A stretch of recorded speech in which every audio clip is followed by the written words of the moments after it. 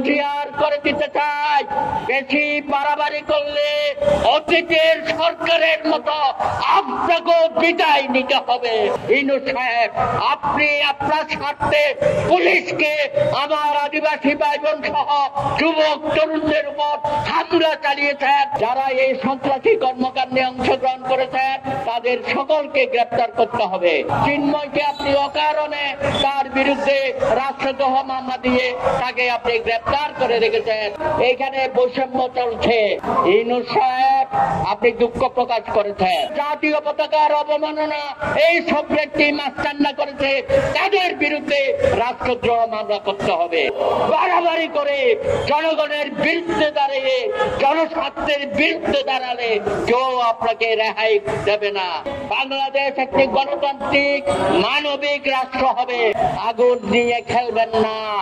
আমাদের তরুণ ছাত্র ছাত্রীদের উপর এই যে সভ্রান্তিদের মস্তানিরা আক্রমণ করলো, তাদের উপর লাঠি পেটা করলো এবং ছোট ছোট লাঠিতে জাতীয় পতাকা দিয়ে সেটাতে অপমান করলো, সেই ব্যাপারে আপনারা কোনো ভূমিকা রাখেন নাই, কোনো মামলা করেন নাই। তাদের বিরুদ্ধে কেন রাষ্ট্রদ্রোহ মামলা হলো না? চিন্ময়ের বিরুদ্ধে রাষ্ট্রদ্রোহ মামলা হলো।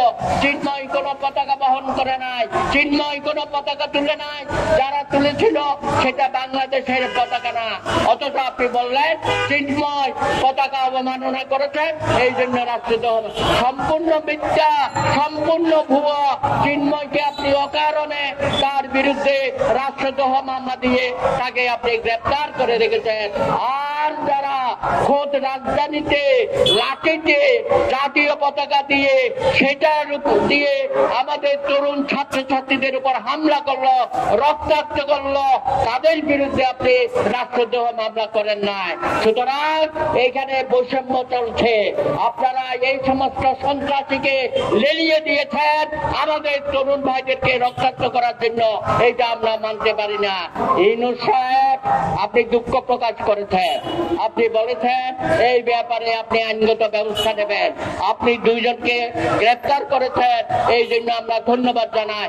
কিন্তু অবিলম্বে আপনি যারা এই সন্ত্রাসী কর্মকাণ্ডে অংশগ্রহণ করেছেন তাদের সকলকে গ্রেপ্তার করতে হবে, তদন্ত কমিশন করতে হবে এবং আমাদের জাতীয় পতাকার অবমাননা এই সব ব্যক্তি মাস্তান্না করেছে, তাদের বিরুদ্ধে রাষ্ট্রদ্রোহ মামলা করতে হবে।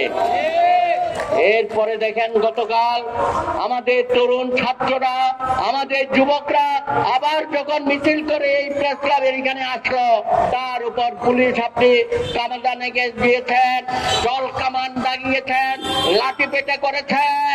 কেন? কি অন্যায় তারা করেছে? আপনার পেটুয়া বাহিনীকে আবার ব্যবহার করছেন। ইউনূস সাহেব, আপনি আপনার স্বার্থে পুলিশকে আমার আদিবাসী ভাই বোন সহ যুবক তরুণদের উপর হামলা চালিয়েছেন। এই হামলা অত্যন্ত পরিকল্পিত। গতকালও আপনি এখানে রক্তাক্ত করেছেন। সুতরাং আপনাকে হুঁশিয়ার করে দিতে চাই, বেশি বাড়াবাড়ি করলে অতীতের সরকারের মতো আপনাকেও বিদায় নিতে হবে। বাংলাদেশে কেউ বাড়াবাড়ি করে জনগণের বিরুদ্ধে দাঁড়িয়ে জনস্বার্থের বিরুদ্ধে দাঁড়ালে কেউ আপনাকে রেহাই দেবে না। তাই আসুন, আজকে আদিবাসীদের পক্ষে চাকমা ভাই, মগ ভাই এবং অন্যান্য যারা হাজং থেকে শুরু করে সমতল এবং পাহাড়ি জনগোষ্ঠীর পক্ষে, বাংলাদেশের পক্ষে আমরা দাঁড়িয়েছি। আমরা এখানে দাঁড়িয়েছি শুধুমাত্র তাদের পক্ষে না, সারা বাংলাদেশের জনগোষ্ঠীর পক্ষে আমরা দাঁড়িয়েছি। আগামী দিনে বাংলাদেশ একটি গণতান্ত্রিক মানবিক রাষ্ট্র হবে। এখানে মানবতা প্রতিষ্ঠিত হবে। আপনি সংবিধান নিয়ে খেলা করছেন, আগুন নিয়ে খেলবেন না। রাষ্ট্রের 4 মূলনীতি মুক্তিযুদ্ধের মধ্য দিয়ে যেটা আমরা পেয়েছি, সেই 4 মূলনীতিকে বাদ দেওয়ার ষড়যন্ত্র করবেন না। ধর্মনিরপেক্ষতা, সমাজতন্ত্র বাদ দিয়ে বাংলাদেশ হয় না, মুক্তিযুদ্ধ হয় না। বহুত্ববাদের কথা বলে মানুষকে ধোঁকা দেওয়ার চেষ্টা করবেন না। গণতন্ত্র, ধর্মনিরপেক্ষতা, সমাজতন্ত্র, জাতীয়তাবাদ, মুক্তিযুদ্ধের 4 মূলনীতি বাংলাদেশের সংবিধানে অবশ্যই সংরক্ষণ করতে হবে। তা না হলে আমাদের আকাঙ্ক্ষিত বাংলাদেশ, 71-এর বাংলাদেশ এবং 24-এর গণঅভ্যুত্থানের বাংলাদেশ আমরা প্রতিষ্ঠা করতে পারবো না।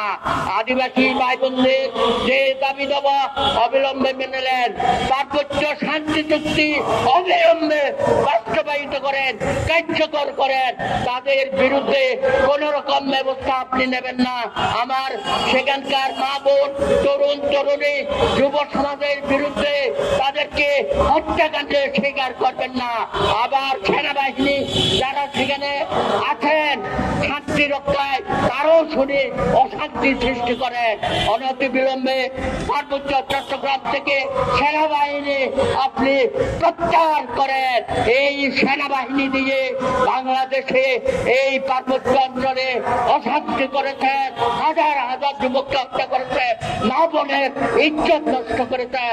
এইটা আমরা মানতে পারি না। তাই আদিবাসীদের অধিকার সংরক্ষণে ঐক্য পরিষদ সব সময় আছে, আজকেও আছে, আগামী দিনও আমরা আপনাদের সাথে থাকবো।